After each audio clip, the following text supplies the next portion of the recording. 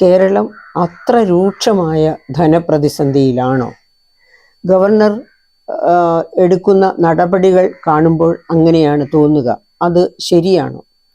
1956 കേരള സംസ്ഥാനം ഫോം ചെയ്ത നവംബർ 1 ശേഷം ഇതുവരെ ഇത്ര രൂക്ഷമായ ധനപ്രതിസന്ധി കേരളത്തെ പിടിപെട്ടിട്ടില്ല.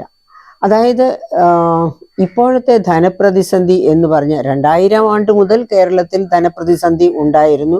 ഒരുപക്ഷെ 1985 മുതൽ ഇങ്ങോട്ട് ധനപ്രതിസന്ധി കൂടിയും കുറഞ്ഞും ഉണ്ടായിരുന്നു. പക്ഷേ അത് 2000 തൊട്ട് 5ാം ശമ്പള പരിഷ്കരണം തൊട്ട് രൂക്ഷമായി.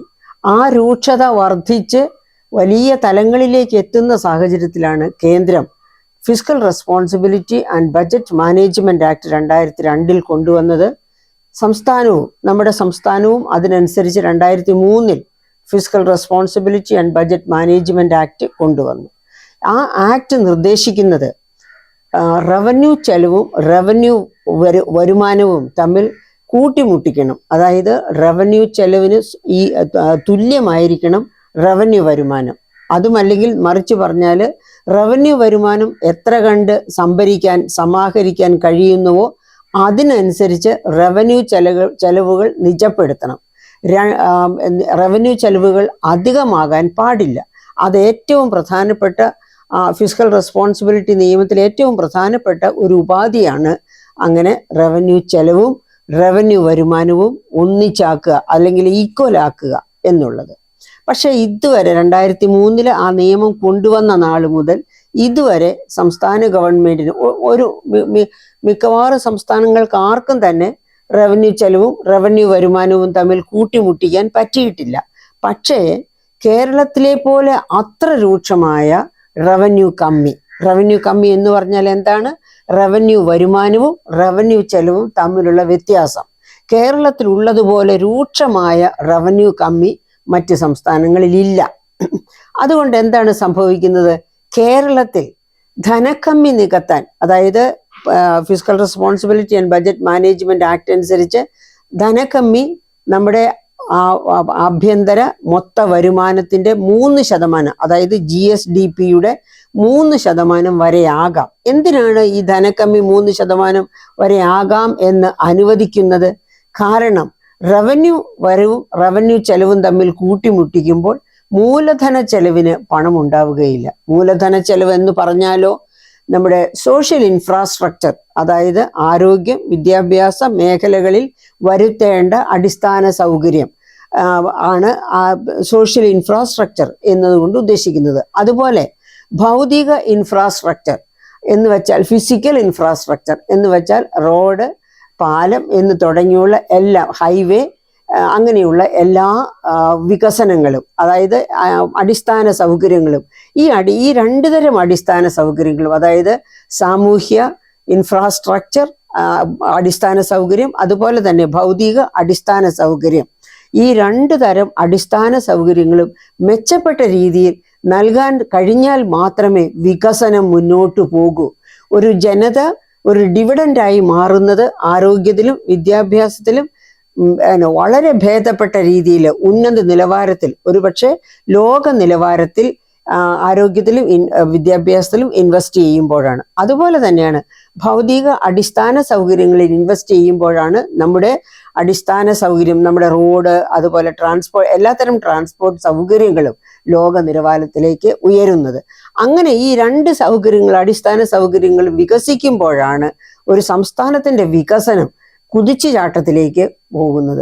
അപ്പൊ അങ്ങനെ ഒരു കുതിച്ചുചാട്ടം ആഗ്രഹിക്കുന്ന കേരളത്തിന് മൂലധനം ചെലവ്, അതായത് ഈ പറയപ്പെട്ട 2 തരം ഇൻഫ്രാസ്ട്രക്ചറിൽ ഇൻവെസ്റ്റ് ചെയ്യേണ്ടത് അനിവാര്യമാണ്. കേരളത്തിന് മാത്രമല്ല, ഇന്ത്യക്ക് മൊത്തമായും. പക്ഷേ അതിന് പണമില്ലാതെ വരുന്നു. അതായത് വിഭവ സമാഹരണം, നികുതിയേതര വരുമാനങ്ങൾ വഴി സമാഹരിക്കുന്ന ഫണ്ടും കേന്ദ്രത്തിൽ നിന്ന് നമുക്ക് ഉചിതമായി ലഭിക്കേണ്ട വിഹിതവും ചേർത്താൽ പോലും മൂലധന വിനിയോഗത്തിന് പണം തികയാതെ വരുന്നു. അതുകൊണ്ടാണ് മൂലധന കമ്മി 3% വരെ ആകാമെന്ന് നിഷ്കർഷിച്ചിട്ടുള്ളത്. ആ പണം മുഴുവനും മൂലധന ചെലവിന് വേണ്ടി ഉപയോഗിക്കണം. പക്ഷേ കേരളത്തിലെ ഇന്നത്തെ അവസ്ഥ എന്താണ്? മൂലധന ചെലവിന് എന്ന് പറഞ്ഞ് കടമെടുക്കുന്ന പണത്തിൽ ഭൂരിഭാഗവും ഈ പറയപ്പെട്ട വരുമാനം, അതായത് റവന്യൂ ചെലവിന് വേണ്ടി ചെലവഴിക്കുന്ന, എന്താണ് ഈ റവന്യൂ ചെലവെന്ന് പറയുന്നത്? ശമ്പളം, പെൻഷൻ, പലിശ, ഇത് മൂന്നും ചേർന്നതാണ് ഏറ്റവും പ്രധാനപ്പെട്ട റവന്യൂ ചെലവ് എന്ന് പറയുന്നത്. അപ്പം ഈ നിത്യനിദാന ചെലവുകൾ അല്ലെങ്കിൽ കമ്മിറ്റഡ് ചെലവുകൾ എന്ന് വെച്ചാൽ എല്ലാ മാസവും ആവർത്തിക്കേണ്ട ചെലവ്, അതാണ് ഈ മൂന്നും. ഏത് മൂന്നും? ശമ്പളം, പെൻഷൻ, പലിശ. ഇത് മൂന്നും എല്ലാ മാസവും ആവർത്തിക്കുന്ന ചെലവുകളാണ്. അപ്പോൾ ഈ ചെലവുകൾക്ക് വേണ്ടി പോലും തികയുന്നില്ല നമ്മുടെ വിഭവ സമാഹരണം. അതായത് റവന്യൂ ചെലവ് റവന്യൂ വരുമാനത്തെക്കാൾ കൂടിയിരിക്കുന്നു. അതുകൊണ്ട് എന്ത് സംഭവിക്കുന്നു? മൂലധന ചെലവിന് വേണ്ടി കടമെടുക്കുന്ന പണം പോലും വരുമാനത്തിന്, അതായത് റവന്യൂ ചെലവിന് വേണ്ടി ചെലവഴിക്കേണ്ടി വരുന്നു. അത്തരം ഒരു ഗുരുതരമായ അവസ്ഥയിൽ കേരളം എത്തിയിട്ട് ഒരു 10-15ഓളം വർഷങ്ങളായി എന്ന് വേണം പറയാനായിട്ട്. പ്രത്യേകമായിട്ട് 2016-17 LDF ഗവൺമെന്റ് ഭരണത്തിൽ വന്നപ്പോൾ ഇങ്ങനെ മൂലധന ചെലവിന് വേണ്ടി കടമെടുക്കുന്ന പണത്തിൽ നല്ലൊരു ഭാഗം റവന്യൂ ചെലവിന് വേണ്ടി ചെലവഴിക്കേണ്ടി വരുന്നു എന്ന് മനസ്സിലാക്കിക്കൊണ്ടാണ് ഡോക്ടർ തോമസ് ഐസക് കിഫ്ബി വഴിയും Kerala social KIIFB means Kerala infrastructure investment fund board, അങ്ങനെ ഒരു സ്പെഷ്യൽ പർപ്പസ് നിർമ്മിച്ച് അതുവഴിയും, അതുപോലെ കേരള സോഷ്യൽ അതായത് KSSPL, അതായത് social security pension fund limited, ഇങ്ങനെ 2 സ്പെഷ്യൽ പർപ്പസ് വെഹിക്കിൾസ് വഴിയായിട്ട് കടം വാങ്ങാൻ തുടങ്ങി. അത് മൂലധന ചെലവിന് വേണ്ടി എന്ന് പറഞ്ഞാണ് കടം വാങ്ങുന്നത്, സ്പെഷ്യൽ പർപ്പസ് വെഹിക്കിൾ എന്ന് പറഞ്ഞാണ് കടം വാങ്ങുന്നത്. പക്ഷേ ഈ കിഫ്ബിയിലേക്ക്, സംസ്ഥാന ഖജനാവിലേക്ക് പോകേണ്ട കുറെ പണം പോകുന്ന ഒരവസ്ഥയുണ്ടാക്കി. എങ്ങനെ അവസ്ഥയുണ്ടാക്കി?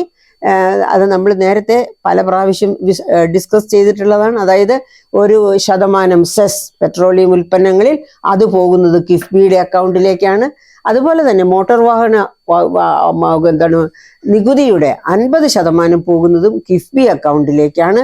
തന്നെയുമല്ല, കിഫ്ബിയിൽ വിദേശത്തും സ്വദേശത്തും കിഫ്ബി ബോണ്ടുകളിൽ നിക്ഷേപം വരുന്നത് ഗവൺമെന്റ് ഗ്യാരണ്ടി ഉള്ളത് കൊണ്ടാണ്. സംസ്ഥാന ഗവൺമെന്റിന്റെ ഗ്യാരണ്ടി എന്ന് പറയുമ്പോൾ സംസ്ഥാനം എപ്പോഴെങ്കിലും അത് ഓണർ ചെയ്യാൻ പരാജയപ്പെട്ടാൽ കേന്ദ്ര ഗവൺമെന്റ് ഓണർ ചെയ്യേണ്ടി വരും. അപ്പൊ ഈ ധൈര്യത്തിലാണ് ഈ കിഫ്ബിയുടെയും സോഷ്യൽ സെക്യൂരിറ്റി പെൻഷൻ ഫണ്ടിന്റെയും ഒക്കെ കടപ്പത്രങ്ങളിൽ പൊതുജനങ്ങളോ അതുമല്ലെങ്കിൽ ധനകാര്യ സ്ഥാപനങ്ങൾ, അതായത് സ്വദേശ ധനകാര്യ സ്ഥാപനങ്ങളും വിദേശ ധനകാര്യ സ്ഥാപനങ്ങളും ഒക്കെ ഇൻവെസ്റ്റ് ചെയ്യുന്നത്. അങ്ങനെയൊക്കെ ഉള്ള കാരണം കൊണ്ട് കേന്ദ്രം പറഞ്ഞു ആ 2 കടവും ബജറ്റിനകത്താണ്, ബജറ്റിന് പുറത്തല്ല. അങ്ങനെ ഈ വർഷം സംസ്ഥാനത്തിന് കടമെടുക്കാവുന്ന പരിധി 3%, അതായത് GSDPയുടെ 3% ധനക്കമ്മി നികത്താൻ വേണ്ടി കടമെടുക്കാവുന്നത്. ആ കടമെടുക്കലിന്റെ പരിധിക്കകത്തേക്ക് കിഫ്ബി വഴിയും സോഷ്യൽ സെക്യൂരിറ്റി പെൻഷൻ ഫണ്ട് വഴിയും കഴിഞ്ഞ വർഷങ്ങളിൽ എന്ന് പറഞ്ഞാൽ 2017-18 മുതൽ 23-24 വരെ എടുത്ത കടം, ആ കടം 2-3 ഗഡുക്കളാക്കി ഒരു ഗഡു ഈ വർഷത്തെ എടുക്കാവുന്ന കടത്തിന്റെ പരിധിക്കകത്തേക്ക് ഉൾപ്പെടുത്തി. അപ്പോഴേക്കും ഈ വർഷം എടുക്കാവുന്ന കടത്തിന് കുറവ് വന്നു. അപ്പോഴാണ് സംസ്ഥാന ഗവൺമെന്റ് പറയുന്നത് കടുത്ത ധനപ്രതിസന്ധിയിലാണ് സംസ്ഥാനം.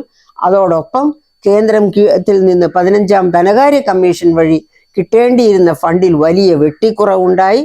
അതുപോലെ കടമെടുക്കുന്ന പരിധിയിലും ഇപ്പോൾ ഇതാ വെട്ടിക്കുറവ് വന്നിരിക്കുന്നു. അതുകൊണ്ട് തന്നെ സംസ്ഥാനത്തിന് മുൻപോട്ട് പോകാൻ പറ്റാത്ത അത്ര ധനപ്രതിസന്ധിയാണ് എന്ന് പറഞ്ഞു.